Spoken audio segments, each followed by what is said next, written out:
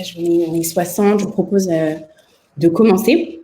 Et ben, tout d'abord, bienvenue à tous. On est ravis de faire ce 5e Expert Insight aujourd'hui, avant les fêtes. Pour l'occasion, j'ai la chance d'accueillir Maude et Henri-François. Je les laisserai se présenter après avoir rappelé les règles principales de ce livestorm. Alors, peut-être un mot d'abord sur Avisio. Avisio, c'est un réseau de 400 top managers, principalement de l'écosystème tech à Paris et en région, qui partagent leur expertise pour booster, secouer le recrutement, amener plus de technicité et plus d'objectivité, et qui partagent aussi son réseau pro-perso pour faire des recrutements encore plus pertinents. Et dans ce cadre-là, j'organise pas mal d'Expert Insight qui sont des formats un peu particuliers. Je pense que cette année, tout le monde a eu l'occasion de faire beaucoup de webinars. Alors, on se veut un peu différent. J'espère que ce sera le cas. C'est des formats très impactants. Il n'y a pas de keynote. C'est des discussions. L'objectif, c'est de reproduire un peu ce que vous auriez dans un fireside chat. Donc, une discussion informelle, pleine de best practices, de retours de l'intérieur.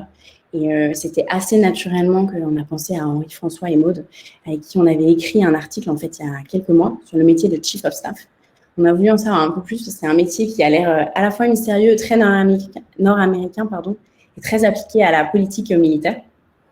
Donc aujourd'hui, on va se concentrer sur ce métier-là au sein des startups. Et du coup, je vous laisse vous présenter en quelques mots.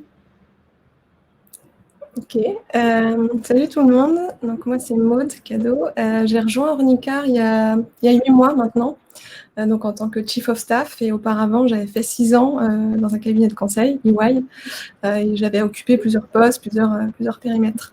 Voilà, donc c'est vrai que Chief of Staff c'est un métier qui par nature s'exerce plutôt dans l'ombre, donc je suis ravie d'en parler aujourd'hui, qu'Avisio ait décidé de mettre un peu la lumière, parce que je trouve que c'est un métier passionnant, donc ravie d'en parler. Top. Et alors, est-ce qu'on a perdu Henri-François? Bonjour à tous, Henri.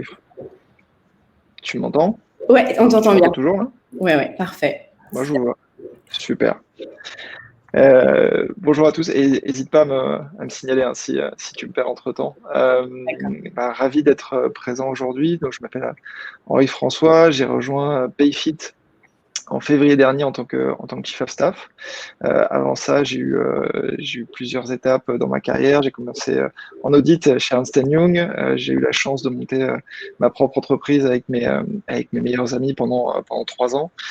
J'ai passé 4 superbes années chez Vente Privée avant de rejoindre donc Payfit en début d'année. Sur un poste que j'ai complètement découvert et pour lequel je suis super content de pouvoir vous en dire plus aujourd'hui. Trop top. Comme vous l'avez vu, l'idée, c'est vraiment de creuser le métier depuis l'intérieur. Et on a vu parmi les participants, vous êtes assez variés. Il y a à la fois des potentiels candidats, il y a des curieux, il y a des entreprises qui se posent aussi la question de savoir est-ce que ça a du sens pour eux de recruter un Chief of Staff? Est-ce que c'est un bon timing? Est-ce que ça apporte à leur business model? Mini focus et particularité de ces Expert Insights, c'est qu'on va prendre les questions au fur et à mesure. Un peu comme, encore une fois, dans un cadre, comme si on était dans le salon d'Avisio. L'idée, c'est qu'on prolonge la conversation. Il y aura bien sûr une variable d'ajustement questions à la fin, mais n'hésitez pas à préciser vos questions dans l'onglet questions. Donc, j'insiste, ne les mettez pas dans le chat, mettez-les dans questions, ça nous donnera plus de visibilité. Et vous pouvez voter les uns les autres sur chacune des questions. On prendra en priorité les questions avec le plus de votes. Donc, voilà pour les process. En tout cas, je suis ravie de vous accueillir tous les deux et vous, tous les participants.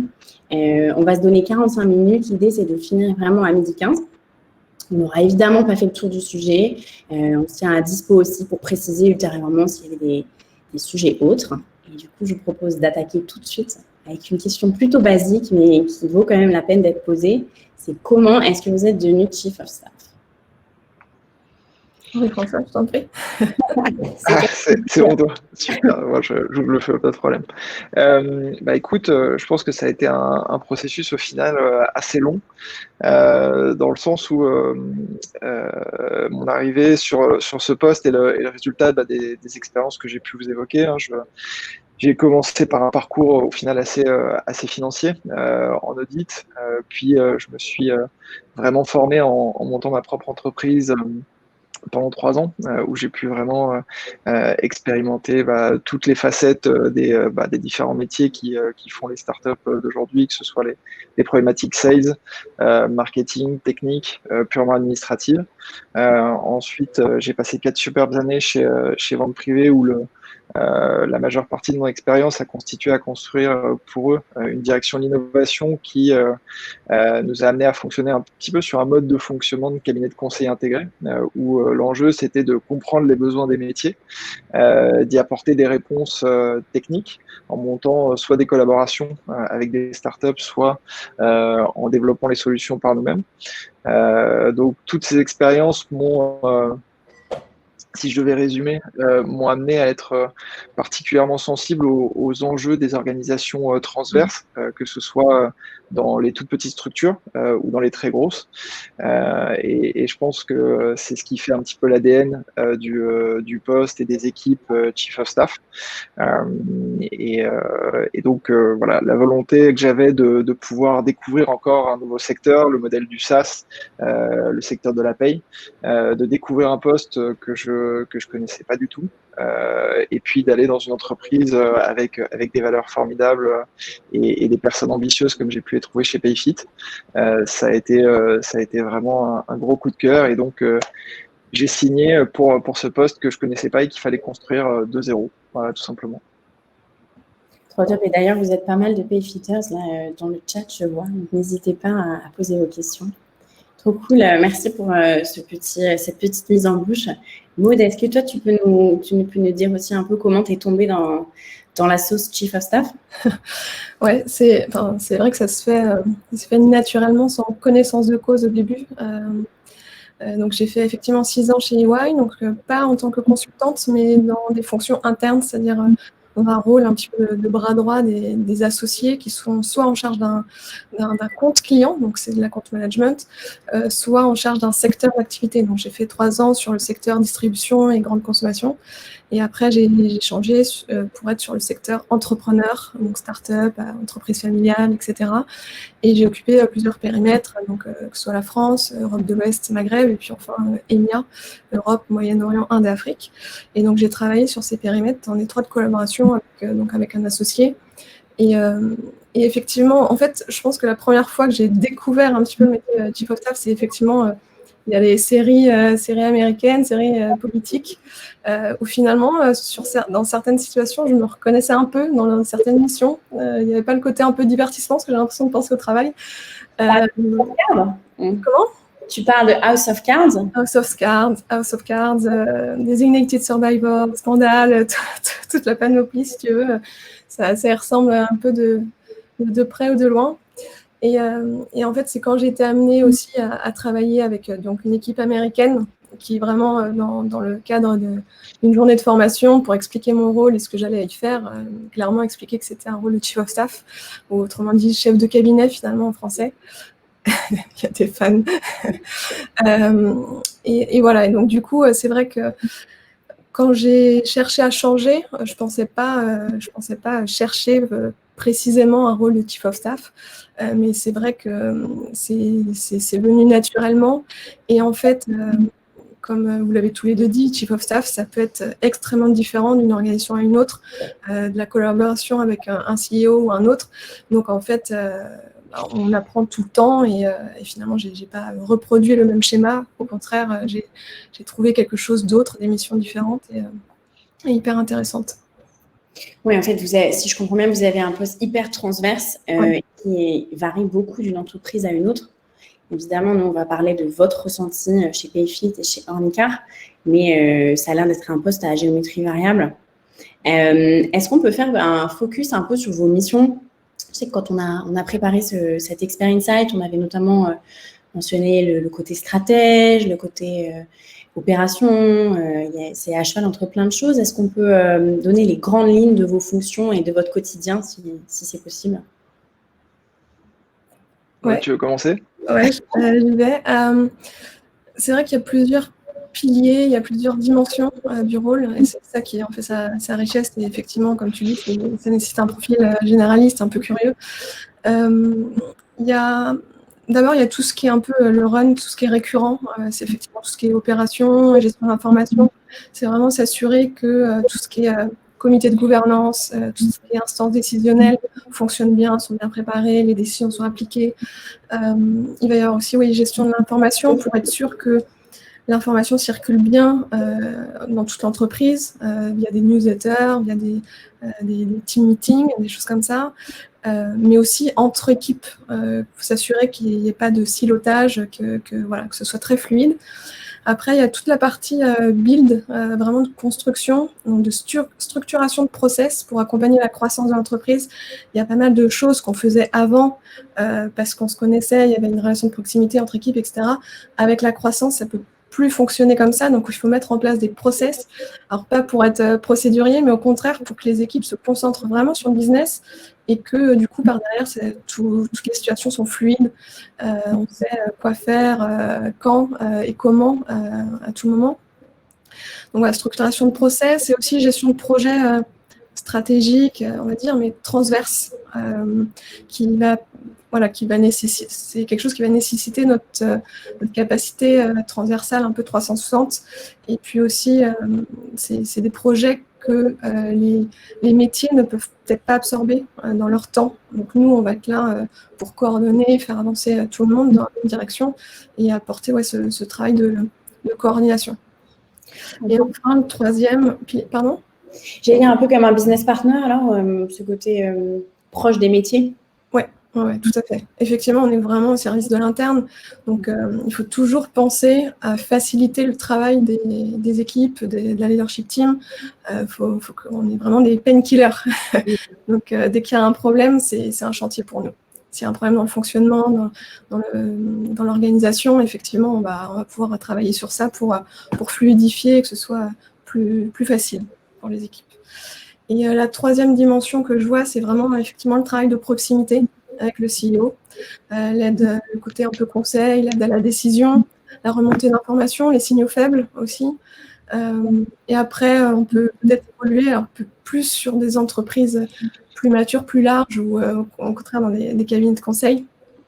Ça peut être aussi sur le travail de représentation, de personal branding, et un peu de gatekeeper aussi, un travail étroit avec l'assistante aussi pour bien aider à gérer les priorités dans l'agenda, dans les sujets, etc.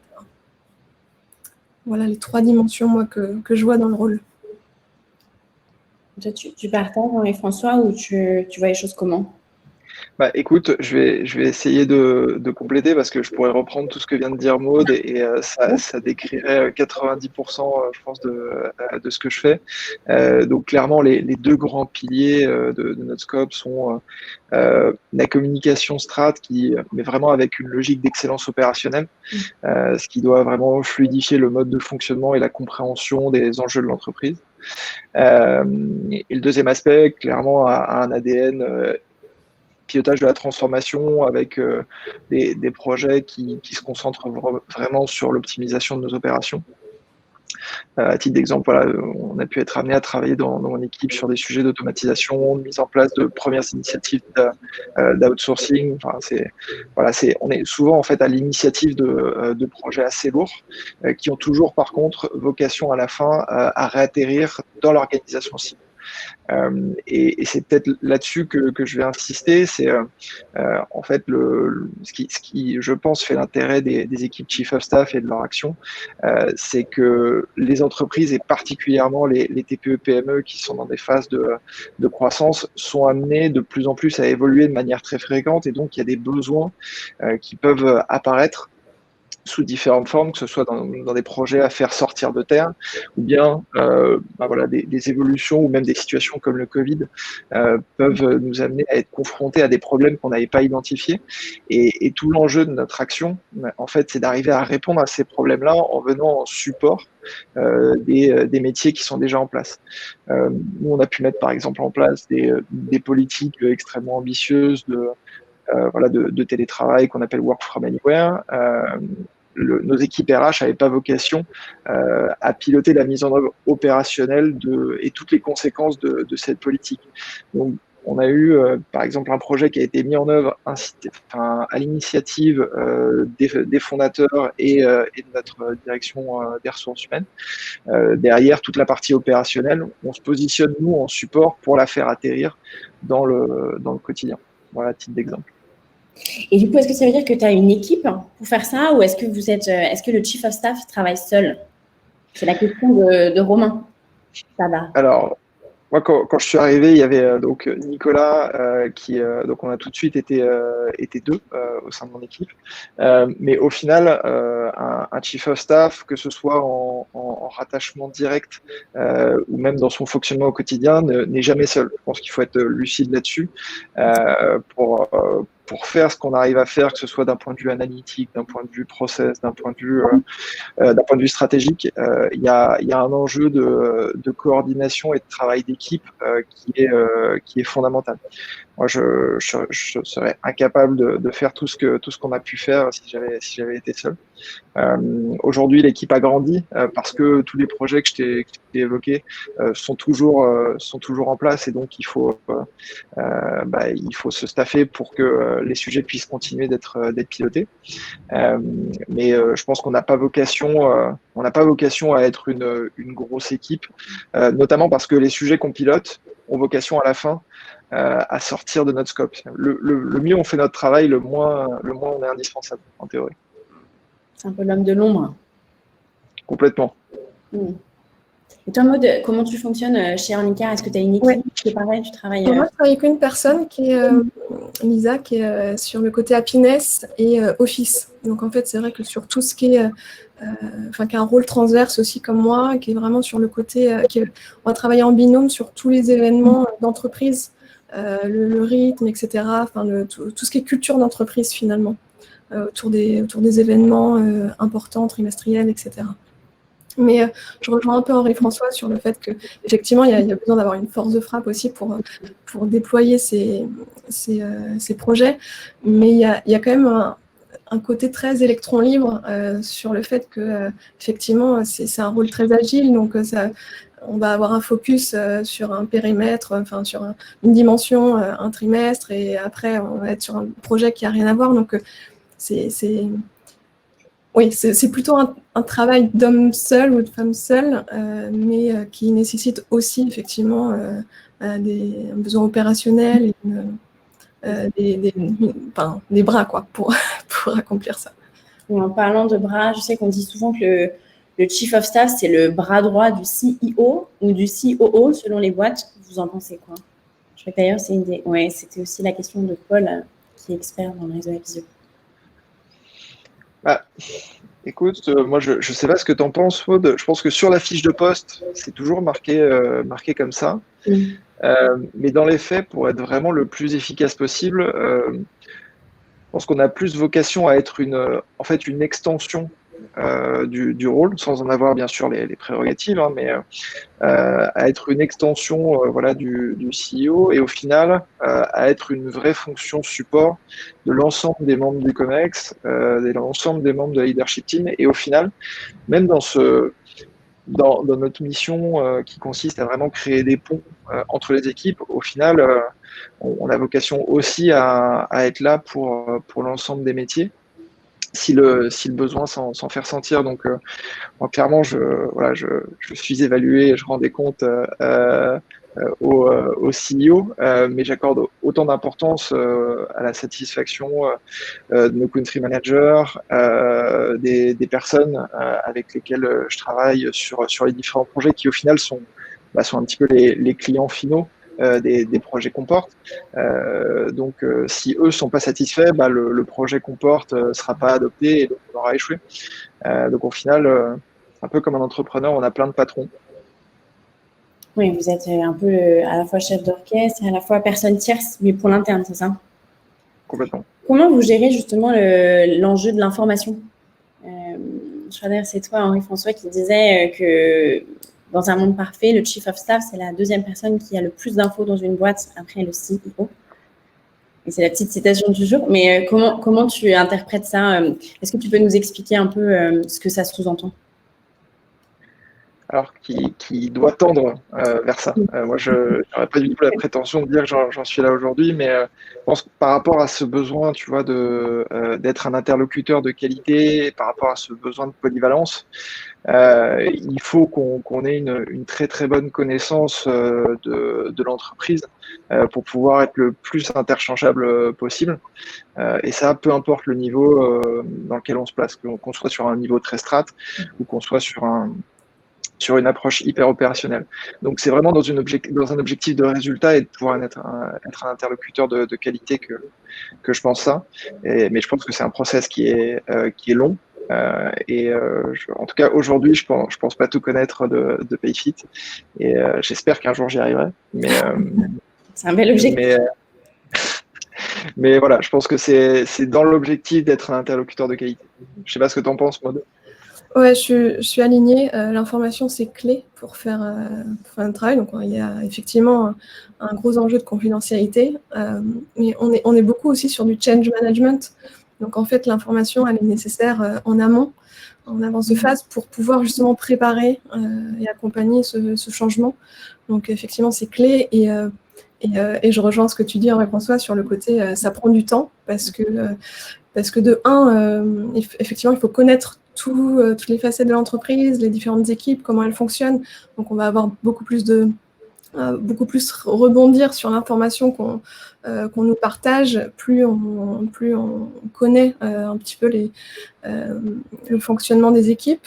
Et puis, ça va de pair aussi avec la relation de confiance qu'on crée avec le CEO. Donc, forcément, c'est de plus en plus, mais ça prend du temps. Et moi, c'est quelque chose qui est hyper important pour moi, c'est que je suis patiente sur ça, parce qu'un CEO qui recrute un ou une chief of staff, c'est l'acceptation aussi de partager un petit peu quelque chose qu'il avait l'habitude de faire tout seul.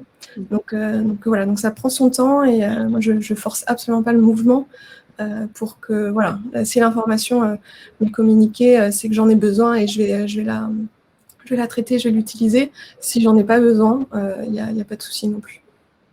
Et du coup, pour gérer ces projets transverses, pour avoir ce degré de légitimité aussi par rapport au monde du COMEX ou au board, c'est quoi pour vous les grandes qualités qui sont requises? On en a discuté ensemble, il n'y a pas de formation, chief of staff, il n'y a pas d'école pour le devenir, même si, et ça reprend la question d'Antoine, il semble que le passage par un cabinet de strat semble bienvenu, mais est-ce que vous pouvez nous dire un peu les hard skills et les soft skills qui vous paraissent les plus clés? Oui, alors c'est vrai que je vois peu de hard skills, alors peut-être que j'en ai pas conscience, mais c'est vraiment sur des qualités plutôt soft, on va dire. Après, c'est pas évident, parce que ça dépend aussi de tout un chacun, mais je pense que là où on va s'accorder le plus, Henri-François, c'est effectivement l'humilité. C'est pas un rôle qu'on va prendre pour briller, vraiment, c'est avec ses propres KPI, son propre périmètre, etc. Comme disait Henri-François, on est vraiment une extension du CEO. Donc, ça veut dire que tout ce qu'on fait peut engager sa parole, même si ça vient de nous. On peut facilement être associé, du coup, à ce que aura voulu le CEO. Donc, voilà, donc il y a ce côté de toujours être aligné dans ce qu'on fait avec le CEO, donc côté aussi abnégation, parce que notre objectif, c'est que l'entreprise, elle performe, la leadership team, le CEO brille et performe, mais c'est pas un objectif personnel. Il y a effectivement le côté organisé, structuré, capacité à créer des process, donc à penser les choses jusqu'au bout aussi. Quand on disait painkiller, enfin, faut essayer de réfléchir à tous les pain points pour résoudre les problèmes. Voilà, enfin, il y en a plein. Qualité de communication aussi, puisque c'est en permanence, il faut over-communiquer pour être sûr que ce soit fluide partout dans l'entreprise. Voilà, je vais laisser Henri-François compléter. Ouais, donc complètement. Je pense que par rapport au sujet et aux problématiques auxquelles on est confronté, avoir une aisance, alors je ne sais pas si c'est méthodologique ou ou purement intuitive, mais dans l'anticipation. À partir du moment où on est souvent à l'initiative ou dans une démarche de construction, de réponse à des situations ou à des sujets complexes, je pense qu'il faut quand même avoir le goût de ce type de problème, ou en tout cas d'aimer résoudre des problèmes. Ensuite, clairement, avoir le plaisir de travailler en équipe sans forcément être dans la position du leader du sujet. Alors, je pense que c'est un mot qu'on entend beaucoup, hein, l'aspect coordination transverse, mais ça se matérialise plus que jamais dans notre job où ce serait vraiment la pire des idées que de prendre notre conviction personnelle d'une situation et de vouloir l'appliquer un petit peu arbitrairement sur les convictions des personnes qui à la fin vont récupérer le projet ou l'évolution en question. Donc de ce point de vue-là, je pense que mes anciens collègues qui sont présents pourraient peut-être me taquiner en me disant que c'est pas forcément la situation qui est la plus simple pour un profil comme moi. Je pense qu'il faut être lucide sur le fait qu'on a toujours, malgré tout, des convictions assez fortes. Mais il faut avoir la lucidité de se rappeler que voilà, on est là pour servir un mode de fonctionnement. Et donc parfois, alors appelons ça de l'humilité, de la lucidité, je ne sais pas, mais voilà, il faut savoir s'effacer et créer le contexte de la prise de décision plutôt que de prendre la décision nous-mêmes. Oui, hyper clair. Et du coup, ça veut dire que si on prend le positionnement d'un CEO, si on se met côté entrepreneur, à quel moment est-ce qu'on sait qu'il faut prendre un chief of staff et dans quelles conditions? Il y a plusieurs questions, mais si on prend du coup l'autre côté, le potentiel, je veux être un futur chief of staff, mais je suis un CEO, est-ce que je m'arme d'un chief of staff? Moi, ma réponse, c'est clairement de raisonner en fonction du besoin. Là-dessus, d'avoir un profil couteau suisse qui peut vraiment faire gagner beaucoup de temps au CEO ou au COMEX de manière générale pour vraiment se concentrer sur le pilotage stratégique de l'entreprise. Je pense que ça a une grosse valeur dans les phases d'hypercroissance. Ça permet de passer moins de temps sur des sujets opérationnels et de s'assurer que l'entreprise est orientée vraiment sur dans des directions qui font sens. Ensuite,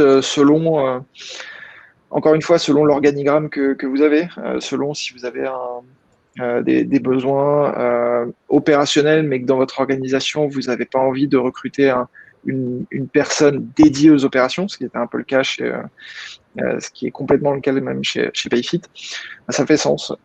Si vous abordez une phase d'IPO ou si vous avez, je sais pas, si vous avez encore une fois des enjeux potentiellement de croissance externe où vous savez que vous allez avoir des enjeux de culture, des enjeux d'opération et que la transversalité et la gestion de l'information va vraiment être quelque chose d'hypersensible pour vous dans les mois et les années à venir. Dans ce cas, je pense que ça fait sens, mais il faut vraiment l'arbitrer en fonction de votre besoin et de la nature de votre organigramme. Il faut vraiment penser le chief of staff comme un complément et comme un levier de réponse à des besoins. Et tu l'as dit d'ailleurs, l'objectif, c'est quand même de servir l'interne. Donc, ça intervient potentiellement dans des phases de scaling ou dans des moments où l'info a encore plus besoin de circuler, où les objectifs ont encore plus besoin d'être atteints. Maud, est-ce que tu vois un lien avec, par exemple, la levée de fonds ou la phase de scaling de l'entreprise? Ça peut être lié comme indépendant. Je rejoins Henri-François sur le besoin. Les indicateurs, c'est effectivement, est-ce qu'on voit de plus en plus de ratés de communication, des décisions qui n'ont pas été partagées en temps et en heure avec les personnes qui auraient dû être impliquées. Aussi en termes de gestion du temps, quand le CEO est tête dans le guidon et happé par l'opérationnel et finalement ne peut plus vraiment exercer son rôle d'entrepreneur, CEO visionnaire, inspirationnel pour les équipes aussi, et qu'il a besoin de quelqu'un pour porter les projets un peu plus, on va dire, administratifs, un peu plus opérationnels, et lui se concentrer sur le côté prospectif pour envisager la suite, quoi. Je rebondis, il y avait une question qui demandait, enfin qui évoquait comment est-ce qu'on était évalué. Donc bien sûr, on est évalué sur l'atterrissage de nos différents projets, mais je pense que la ligne directrice, c'est de faire gagner du temps au CEO et à l'ensemble du COMEX. Donc je pense que ça répond un petit peu à ta question. À partir du moment où on rentre dans une phase où on sait que les fondateurs ou bien le COMEX va être exposé à un haut niveau de risque de défocus, avoir un profil qui va pouvoir faire gagner beaucoup de temps sur l'ensemble de ces enjeux, ça fait sens. Et si maintenant on se concentre un peu plus sur le recrutement en tant que tel d'un Chief of Staff, il y a plusieurs questions. Évidemment, c'est celle du salaire. Est-ce que vous pouvez nous donner un peu plus d'infos sur, on en sait plus sur le scope, mais sur le salaire d'un Chief of Staff, à peu près? C'est jamais assez. Hein.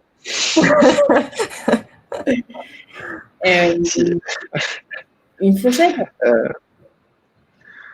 Alors ça c'est quand même assez compliqué de répondre parce que, encore une fois, je pense que ça va dépendre de la taille de l'entreprise, ça va dépendre du niveau de seniorité. Est-ce qu'il y a du variable ou non? Est-ce que si on est sur des entreprises très early stage, est-ce qu'il y a des BSPC ou non? Enfin, là, pour le coup, je pense que c'est assez standard. Hein. On est sur des niveaux de rémunération qui doivent être assez comparables à je pense à des directions de la transformation et qui varient en fonction de la seniorité et de l'âge des personnes. C'est une réponse un peu de Normand, hein, mais je ne pense pas que tu t'attendais à nos salaires. Mais... Non, ça va bien. Et Maud, toujours sur le recrutement, il y a la question d'Arthur qui est est-ce que vos postes étaient ouverts ou est-ce que c'était des opportunités que vous vous êtes créées? Je crois qu'en plus, on a un petit story derrière à raconter. Oui, c'était en train de se créer, effectivement. Et je pense que quand j'ai passé l'entretien, le poste avait été publié, l'annonce a été publiée. Voilà, pour répondre, mais si tu veux compléter, Edith. Oui, pour la petite histoire, Avisio a accompagné Maud. Elle fait le matching avec Ornicar. Et c'est une le big jump. Voilà, on avait bien senti tes qualités à la fois humaines, soft et autres, et on savait que ce serait un bon match. Je pense que c'est un point important. En fait, il faut vraiment que ce soit un temps fort entre le potentiel chief of staff, mais aussi de l'autre côté, l'équipe de direction. Il faut que ce soit, parce que finalement, vous allez passer des heures ensemble, c'est l'homme de confiance, on l'a vu, on lui confie aussi le rôle de chef d'orchestre des différentes équipes, donc ça a l'air d'être... il faut vraiment qu'il y ait un matching. Il y a plusieurs questions dans ce sens-là. Juste, ouais, pour compléter, ça peut prendre du temps, parce qu'effectivement, l'intuitif personnel, il est très fort. Et indépendamment des compétences, de l'expertise, il faut vraiment sentir qu'on va s'entendre avec le CEO, qu'on est aligné sur les valeurs et la vision. Et après, tout découle très facilement, même avec des fonctions de travailler qui peuvent être un peu différentes.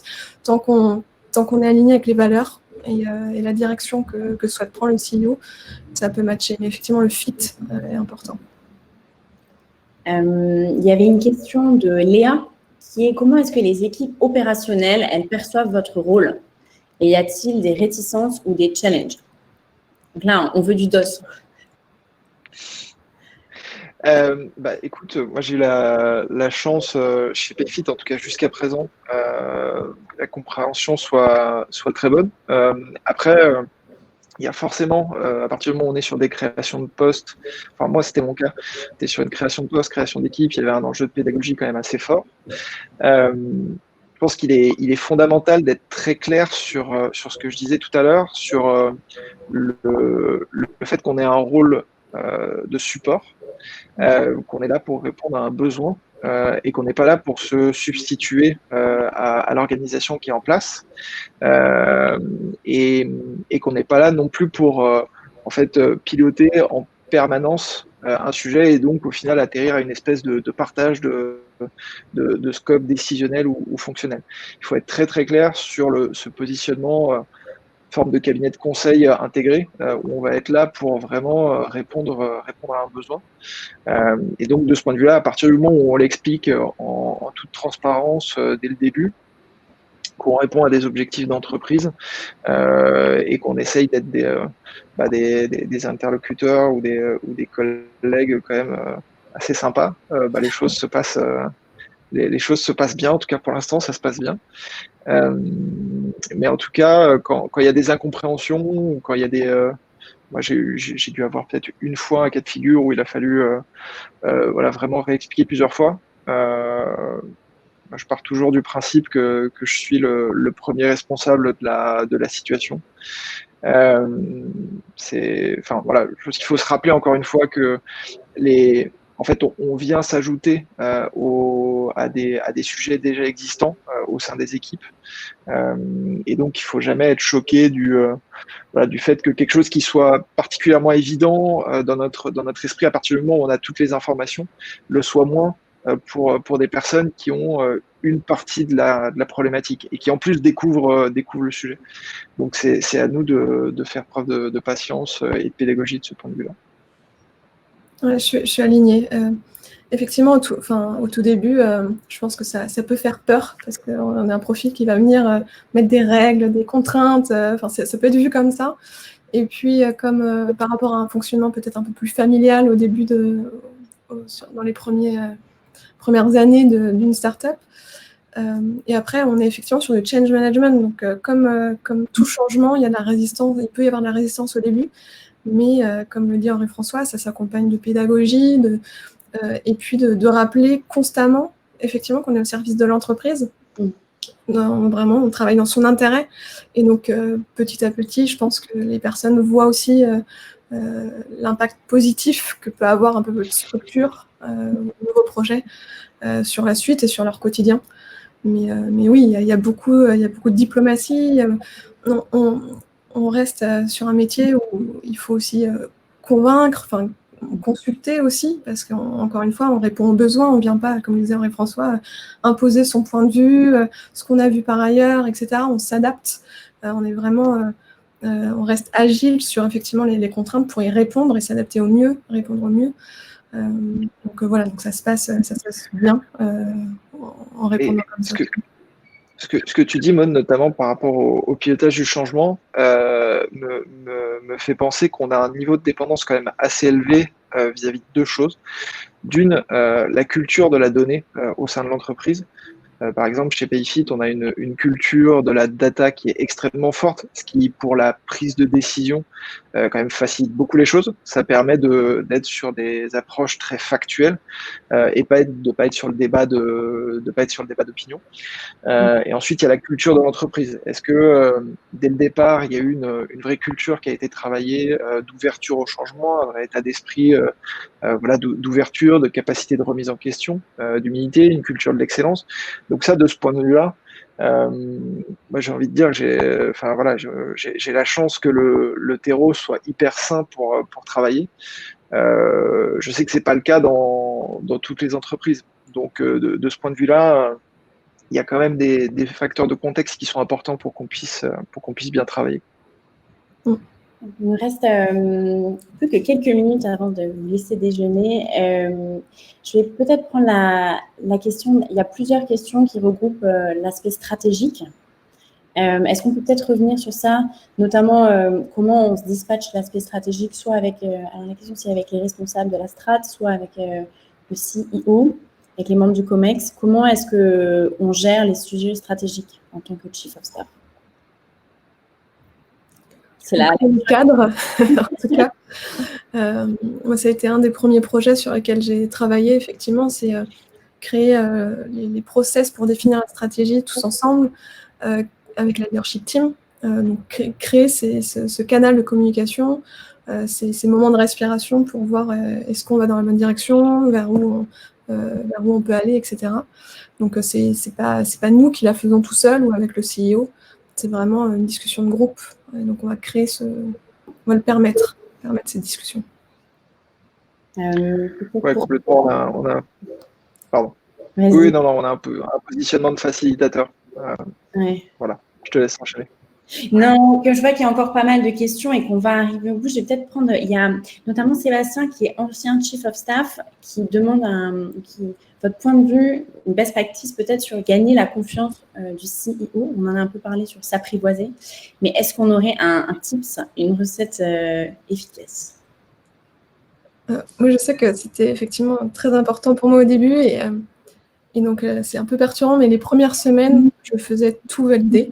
Je communiquais sur tout, vraiment dans le détail. Donc, on met sa fierté de côté et on essaye de surcommuniquer pour montrer effectivement est-ce qu'on est aligné, est-ce que c'est bien ce qu'avait en tête le CEO.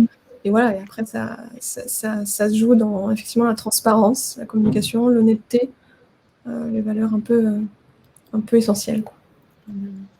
Et Henri-François, toi, si tu devais donner un dernier conseil à un CEO sur est-ce qu'il doit prendre ou non un Chief of Staff, tu as parlé des timings, tu as parlé du fit. Est-ce que tu as une dernière reco? Parce qu'il y a plusieurs founders qui sont présents en ce moment. Est-ce que tu as un tips? Il y a plein d'autres. C'est assez difficile à dire. Je t'avoue que encore une fois, je pense que je suis pas le mieux placé pour donner des conseils à des CEO, mais je pense que peut-être le meilleur indicateur, c'est l'évaluation en fait de son organigramme direct, de se dire est-ce que j'ai plus qu'un trou dans la raquette? Est-ce que ce trou dans la raquette mécaniquement va entraîner du défocus par rapport à mes attentes que je peux avoir vis-à-vis des différents membres de cet organigramme. Et si la réponse est oui, dans ce cas-là, d'avoir un profil assez senior, très polyvalent, qui va pouvoir intervenir en support de ces différentes personnes pour qu'elles puissent se concentrer sur leur expertise et sur leurs objectifs. Je pense que ça fait sens. Super. On est quasiment à la fin de cet Expert Insight. Il y a encore pas mal de questions. Je les reprendrai aussi au fil de l'eau ensuite. N'hésitez pas à m'écrire. Si on fait un mini focus sur le sujet du recrutement, vous l'avez vu, Avisio a participé notamment au recrutement de Maud. On a pas mal de jolis postes de Chief of Staff qui sont disponibles. Et côté entreprise, je suis aussi à dispo pour échanger avec les founders qui se posent la question de est-ce que oui ou non on doit mettre en place un poste de Chief of Staff dans notre organisation. En tout cas, moi, ce que je retiens de cet échange, c'est que c'est un poste extrêmement transverse, très polyvalent, qui demande une grande humilité, beaucoup de compétences et de soft skills humaines. Il n'y a pas de journée type, ça répond s'il y a eu des questions. Je sais qu'on l'avait préparé en amont, mais il n'y a absolument pas de journée type et ça dépend aussi beaucoup du contexte. En tout cas, je trouve que vous avez réussi à bien nous faire partager votre vision du poste. C'est hyper précieux et à donner un coup de lumière sur ce poste qui est à la fois à la mode et en même temps encore très, très peu connu. Est-ce que vous avez un dernier mot pour clôturer tout ça? Aude, tu veux commencer? Non, mais effectivement, avec plaisir, s'il y a des questions sur le sujet, ravi d'en parler. Et effectivement, c'est propre à chaque expérience personnelle, donc ravi de partager ça. Et puis Ornicar recrute, donc si vous voulez rejoindre notre scale-up, avec plaisir. N'hésitez pas à parcourir les pages Welcome to the Jungle. On travaille aussi pas mal avec Ornicar, donc on peut aussi être un bon relais sur cette. Et toi, Henri-François, tu as un dernier mot pour tout le monde? Écoute, je voyais une question qui nous demandait si on avait des actions de coach ou de choses comme ça. Je pense que dans le mode de fonctionnement, ça s'y compare vraiment bien. Et moi, je me souviens que une de mes premières sources un peu de motivation que j'avais pu évoquer lors de mes entretiens, c'était en fait la volonté par mon métier de pouvoir avoir de l'impact sur mon entreprise et voilà, sur sa capacité à évoluer. Et de ce point de vue-là, le métier de Chief of Staff est absolument canon. Et le fait de pouvoir être aussi bien un interlocuteur et être présent pour des sujets stratégiques que pour des sujets opérationnels, que parfois même pour des discussions avec des personnes en interne ou en externe qui se posent voilà, des réflexions sur l'orientation de leur carrière, sur la façon de se positionner sur telle ou telle problématique. Moi, je considère que je me sens vraiment privilégié dans ce type de conversation. Et donc, voilà, j'ai rien d'autre à partager que le fait d'être hyper heureux dans ce poste. En tout cas, ça donne envie et ça se voit que vous êtes bien là où vous êtes.